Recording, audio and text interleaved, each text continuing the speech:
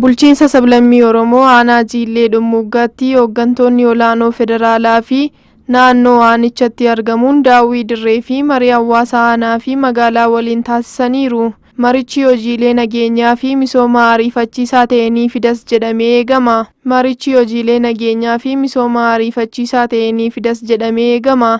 Hooggantoonni kunniinis ministeera jallisii fi naannawaa gammoojjii Dr. Abrahaam Balay, ministeera qonnaa obbo Addisuu Araggaa, ministeera bishaanii fi anniisaa Dr. Injiinar Habtaamuu Ittafaa, itti aanaa pirezidaantii mootummaa naannoo Amaaraa fi itti gaafatamaa qindeessaa kilaastera baadiyyaa Dr. Darassaa Haayiluu fi bulchaan bulchiinsa sablammii Oromoo obbo Ahmed Alii fi hooggantoonni biroon daawwannicha irratti argamanii jiru.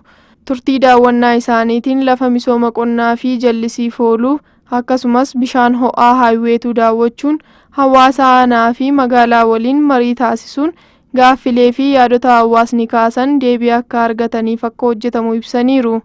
ኮሚኒኬሽን ያንቻራ ወደፈኔ ሰርተን በጋራ አካባቢውንም ለማለማበት ለራሳችሁ ብቻ ሳይሆን ለሀገር ለአካባቢው የምትዘርፉ እንድትሆኑ የሚሆንበት ጊዜ አጭር እንደሚሆን እርግጠኛ ነኝ።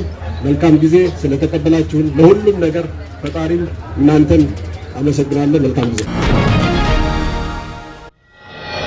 Hooggantoonni kutaalee hojii garaagaraa leenjii mata duree mul'anni mootummaa ida'amuu adeemsa seektorootaati jedhuun leenji'aa turan piroojektota misoomaa adda addaa magaalaa Baahir Daar keessatti argaman daawwataniiru. Hooggantoonni kutaalee hojii kunniin haasaa Amikoo waliin taasisaniin hawaasni piroojektota misooma naannichatti hojjetamaa jiran itti fufsiisuu fi nageenya isaa akka eegsisuuf taasifameera jedhaniiru.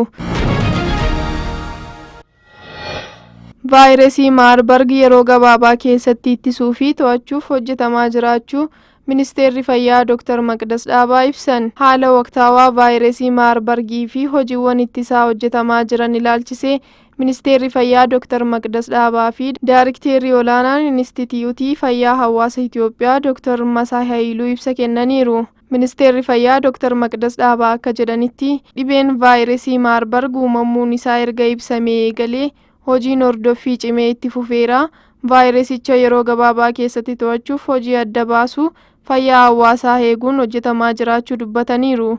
Gareen ogeeyyii gurmaa'ee hubannaa hawaasaaf kennuun hubannaa hawaasaa guddisaa jiraachuu ibsaniiru. Daayirikteerri olaanaan Inistituutii Fayyaa Hawaasa Itoophiyaa Dr. Masaa Haayiluu gama isaaniin hojiin vaayirasii Maarbarg ittisuu sakatta'uu fi hawaasaaf hubannoo uumuu cimee itti fufuu dubbataniiru. በእነዛ በተለይ በደቡብ ኢትዮጵያ የቤት ለቤት አሰሳ እና የሙቀት ልየታ ስራዎች ያደረጉ እየሰሩ የማህበረሰብ አቀፍ የቅኝ ስራ ተጠናክሮ ቀጥሏል።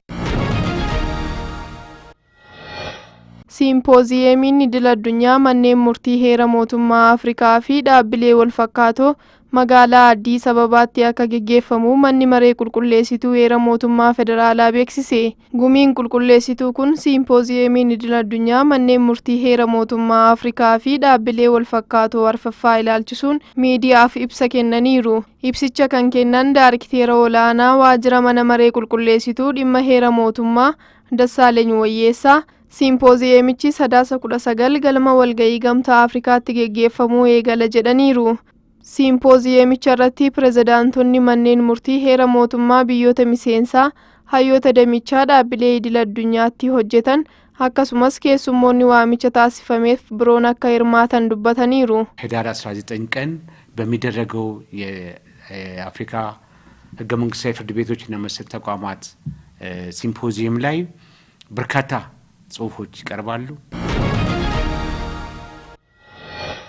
Sirni addunyaa haqa qabeessi ammataa fi hirmaannaa biyyoota guddataa jiran mirkaneessuu akka jiraatuuf tumsaan ni hojjenna jedhan pirezidaantiin federaalaa Dimokiraatawaa Rippaabilika Itoophiyaa Taayyee Asqasillaaseen. Pirezidaantiin Taayyeen walga'ii waloo gamtaa Afrikaa fi Awurooppaa torbaffaa Angoolaa magaalaa Luwaandaatti gaggeeffamaa jiru irratti haasawaa taasisaniin sirni addunyaa haqa qabeessi hirmaannaa biyyoota guddachaa jiran mirkaneessuu akka jiraatuuf tumsaan hojjechuun murteessaa ta'uu kaasaniiru.